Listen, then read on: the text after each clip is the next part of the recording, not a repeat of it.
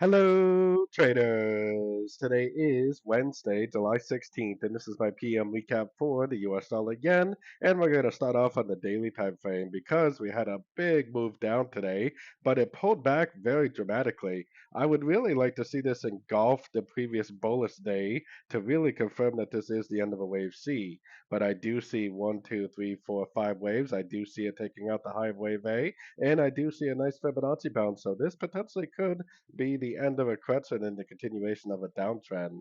So going down to the 1 hour time frame, we do have a couple options here. I mean, I think it could possibly end up continuing the downtrend now, and I definitely would be looking for source because of that. But there is a chance that it just makes a correction to this last wave up. So if instead of doing like a 1, 2, 3 like this, it ends up doing like A, B, C like this, and then turns back up, then that would definitely cause us to get out of any sorts and go long again. But we do have to keep an eye on it. If this is the end of a wave C, it will go down break instructive, which will help confirm that it really is the end of a wave C, and that would be the start of the continuation of the downtrend from the daily time frame and weekly time frame.